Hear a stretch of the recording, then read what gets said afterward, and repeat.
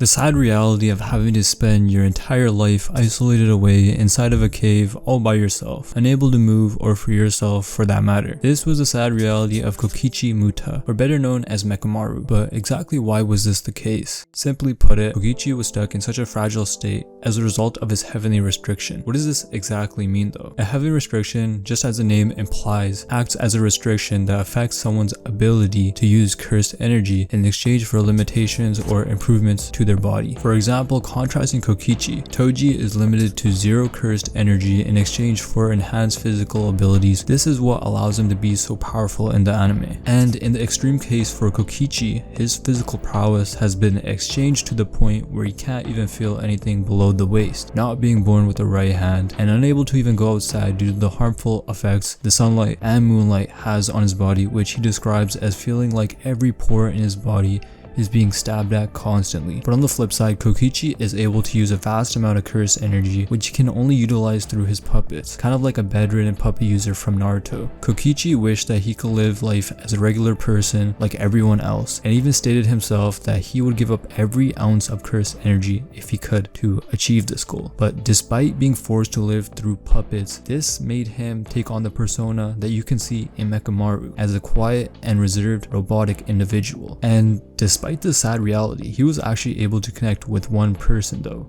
Miwa, who he felt a deep connection with through Mechamaru. And as we further along into season 2 of the anime, we watch as both Geto and Mahito both invade Mechamaru's real location, where he is seen in a very vulnerable state, sitting in a bathtub hooked up to IV drips and covered in bandages. Mahito then proceeds to perform ideal transfiguration on Kokichi so that he can have his body restored to him. But why didn't Mahito and Geto just kill him right there instead of having to actually deal with a fully restored Kokichi? The reason is actually very simple. Mahito had a binding vow with Kokichi, promising to give them information as a mole in exchange for a healthy body. One of the conditions Kokichi had was for Mahito's group to not hurt anyone from Kyoto Jujutsu High. Although this is what various pages state on the matter, it is very confusing as to why the conditions weren't actually reinforced in the show or the manga. Despite all of this, Kokichi ends up activating Absolute Mechamaru, giving him immense power, which is utilized from 17 years, 5 months, and 6 days of cursed energy that he has saved up. Furthermore, each of Mechamaru's attacks is so powerful that it utilizes many years worth of energy, almost giving Mahito a run for his money. But in the end, Mahito is able to overpower Mechamaru, ultimately putting an end to Kokichi. Not only was this a very sad way to die, not being able to fully experience the outside world the ways that regular humans get to experience it, Kokichi was stopped from connecting to Miwa, the only person that Kokichi actually shared a deep connection with. This has to be one of the most heartbreaking scenes in the anime. Both Miwa and Kokichi never being able to see each other, which is all that Kokichi ever wanted. Along with just the story of Kokichi and Miwa, here are some things that I actually found while researching the character Kokichi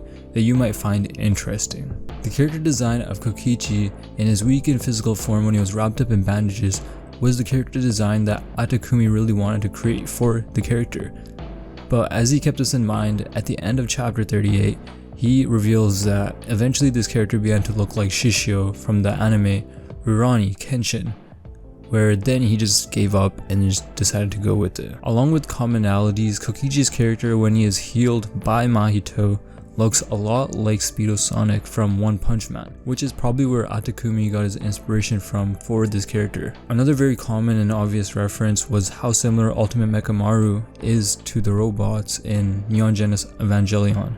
The reason why Mechamaru's name is Mechamaru and not Kokichi is because Kokichi decided to name this puppet after his favorite anime show.